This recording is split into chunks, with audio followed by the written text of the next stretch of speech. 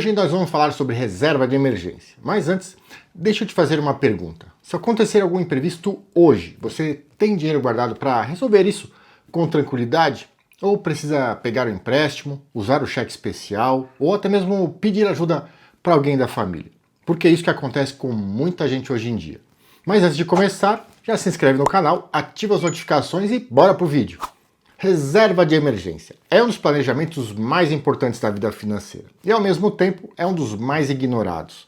Porque antes de pensar em investir, você precisa estar protegido. É como construir uma casa. Você não começa pelo telhado, você começa pela base.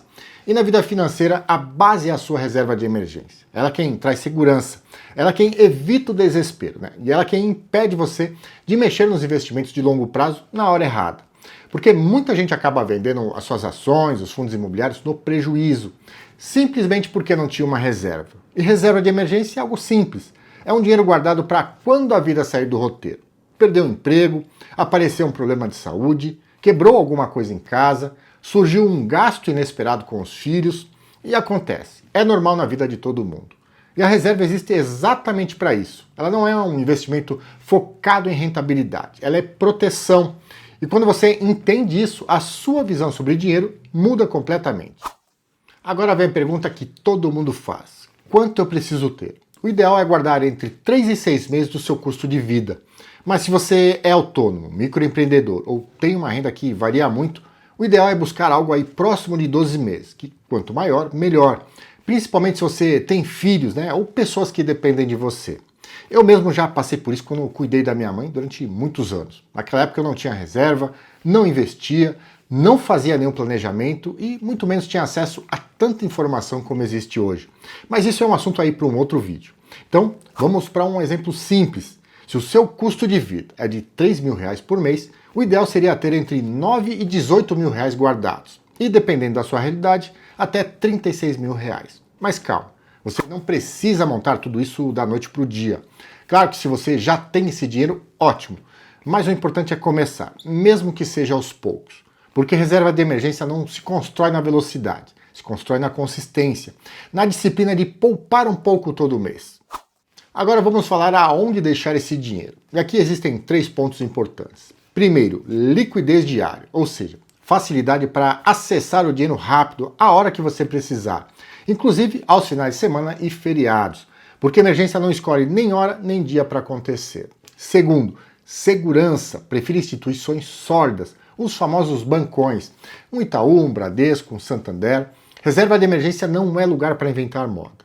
Terceiro, rendimento pós-fixado, ou seja, investimentos que acompanham a taxa de juros da economia, como o Tesouro Selic ou um CDB com liquidez diária, né, pagando 100% do CDI. E não aceite menos do que isso, senão mude de banco. E aqui vai um cuidado importante. Não coloque a reserva de emergência em renda variável. Nada de ações, fundos imobiliários ou ETFs. Porque esses investimentos eles oscilam. E em uma emergência você pode precisar resgatar justamente um momento ruim e ter prejuízo. Reserva de emergência precisa ter previsibilidade. Combinado?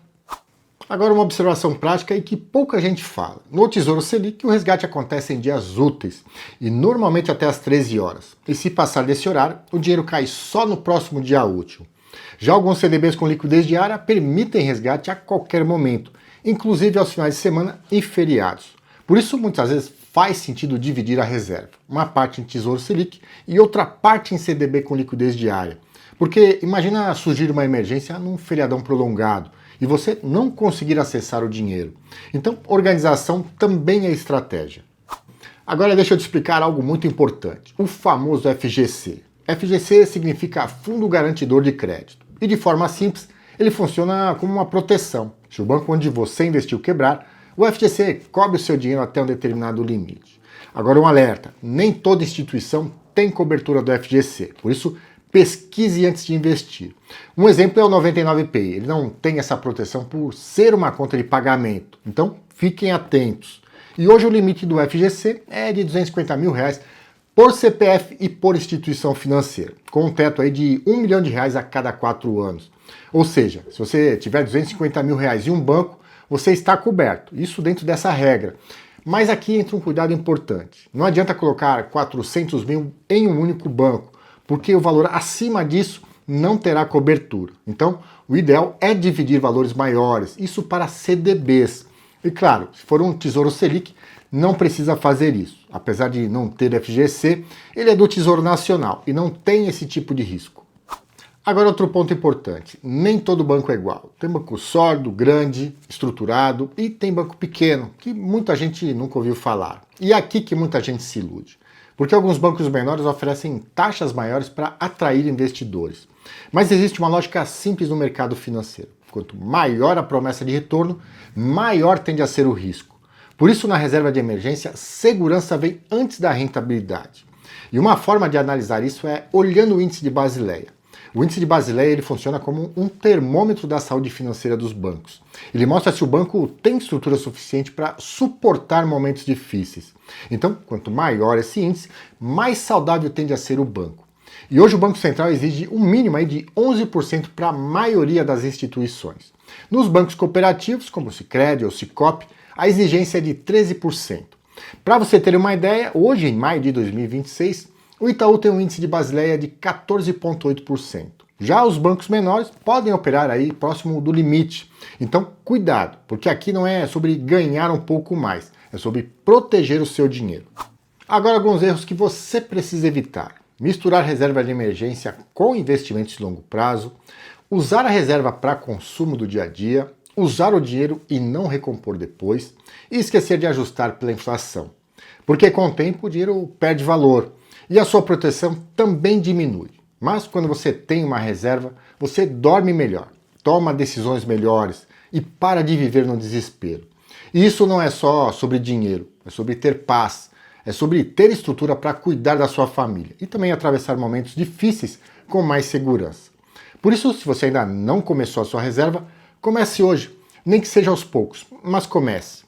E muita gente também me pergunta, posso montar uma reserva e investir ao mesmo tempo? É claro que pode, mas vai com calma. No começo, priorize mais a reserva, algo como 70%, 80% para a reserva e uma parte menor para começar a entender os investimentos na prática, montar uma carteira, entender as ações, os fundos imobiliários, tudo no seu tempo. E nos próximos vídeos eu vou te mostrar como começar a investir de verdade com base com entendimento. Então, se esse vídeo te ajudou de alguma forma, deixa a sua curtida e compartilha com alguém que precisa ouvir isso. E lembre-se, quem se prepara, cresce com segurança. Que Deus te dê sabedoria para tomar decisões melhores e até o próximo vídeo.